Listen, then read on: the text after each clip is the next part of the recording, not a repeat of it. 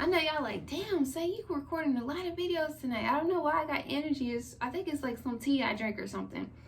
So today we're gonna be talking about Rayshard Brooks, the officer who shot him, is officially being charged with felony murder. Now, I can't remember. I'm pretty sure we talked about this in one of the videos where Rayshard Brooks, I'm sorry if I'm saying his name wrong, he was killed Friday.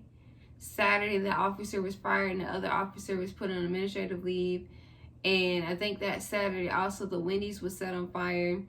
And I think somebody in the head of police, they resigned also.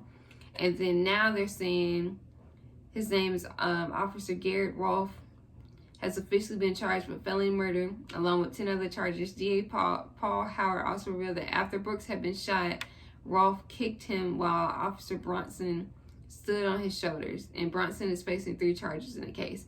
So I didn't even know that had happened because I watched the footage. That's what me and Theo were talking about the other day, which I don't know whether they end up being on the channel or not. But you know how Rayshard Brooks, he had fell asleep in the drive-thru of Wendy's, and they had pulled him over into the parking lot. We're talking to him, and he took a sobriety test.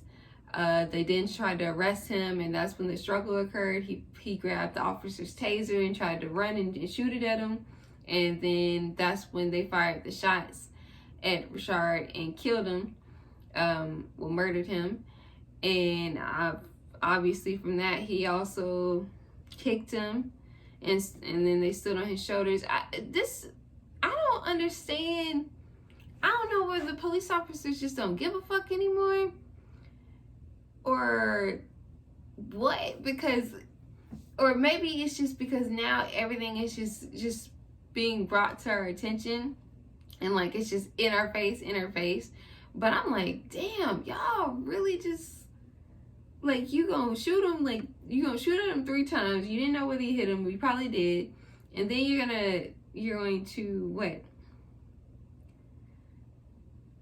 going to kick him and stand on his shoulders. Now, what kind of sense does that make?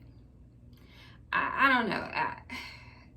And it's just so bizarre because I feel like that situation, that none of that even had to occur. Now, you know, a man has lost his life, and now they're going to be they might be going to prison. Just because they've been charged, that doesn't mean they won't get off and be found not guilty. But it's really interesting to me to see how the police are handling stuff. I saw a post where a lot of police officers are resigning, and like not just in Atlanta, but like other places, like they're resigning because I don't know whether they just don't want to deal with this bullshit. They don't want to be,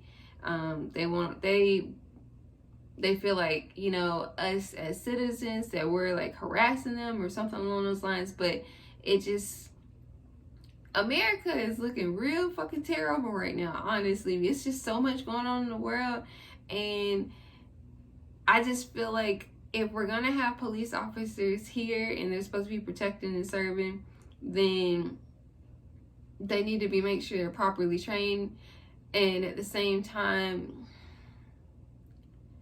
I don't know, it's just, I feel like it's so much that needs to be done to fix the issue, and we need to figure out a way for it to be done so that way people aren't dying, police officers aren't dying, and they won't feel like attacked if somebody is recording them handling somebody. If anything, I would hope that, you know, their dash cameras and their body cameras, that would be an advantage for them because it would show how they handled everything properly. But instead, now it's showing us how they did not try and de-escalate a situation, and how the incident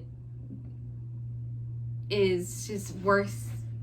Like, they just don't know how to handle people, which I'm thankful that people are filming police officers, that they do have the body cameras to show what's occurring. But it's just sad that it's come to that, because